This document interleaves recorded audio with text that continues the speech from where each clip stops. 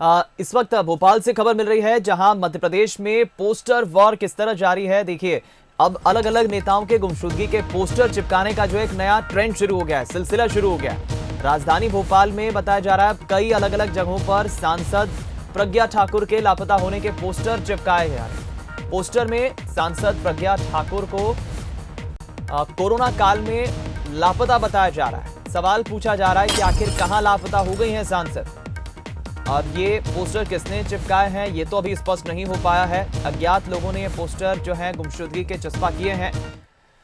फिलहाल इस खबर पर एक बार फिर हम रुक करेंगे, बातचीत के लिए न्यूज रूम का रुख कर लेते हैं। विजय मांडगे बने हुए हैं। विजय, हम देख रहे हैं कि अब ये भी एक ट्रेंड बन गया है। पहले कमलनाथ, उनके बेटे सांसद नकुलनाथ, फिर सिंधिया, और अब भोपाल की सांसद के गुमशुदगी के पोस्टर लग रहे हैं।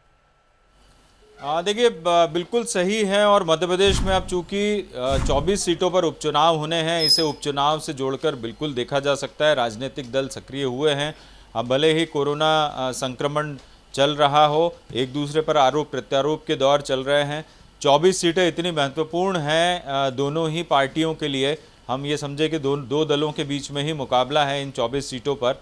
तो इसी वजह से अब एक दूसरे पर वार पलटवार की जो राजनीति है, सियासत है, वो नज़र आ रही है। हालांकि भोपाल के सांसद प्रज्ञा ठाकुर की सक्रियता को लेकर इससे पहले भी जो पीसी शर्मा है, पूर्व जनसंपर्क मंत्री, उन्होंने सवाल उठाए थे और ये पूछा था कि भोपाल की जनता की जिसे चुना है, संसद भेजा है, वो इस कोरोना काल में कहीं नज़र नहीं आ रही है। क्योंकि सारे जो जनप्रतिनिधि हैं अपनी तरफ से जितनी मदद पहुंचा रहे हैं वो मदद पहुंचाते हुए दिखाई दे रहे हैं, लेकिन सांसद प्रज्ञा ठाकुर नज़र नहीं आई है।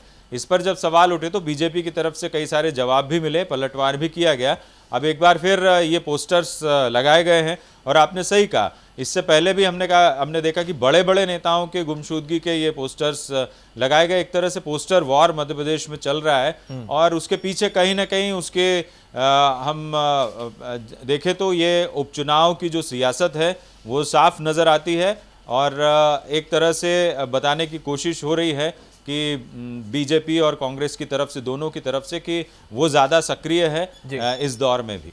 बिल्कुल ठीक कहा आपने विजय। फिलहाल सियासी सरगर्मियां तेज हो गई हैं। बहुत बहुत शुक्रिया आपका बातचीत के लिए, जानकारी के लिए। तो फिलहाल ये अब एक नया जो है देखने को मिल रहा है पोस्टर वॉर का ट्रेंड, और जाहिर है कि जल्दी मध्य प्रदेश में अब 24 सीटों पर उपचुनाव भी होना है।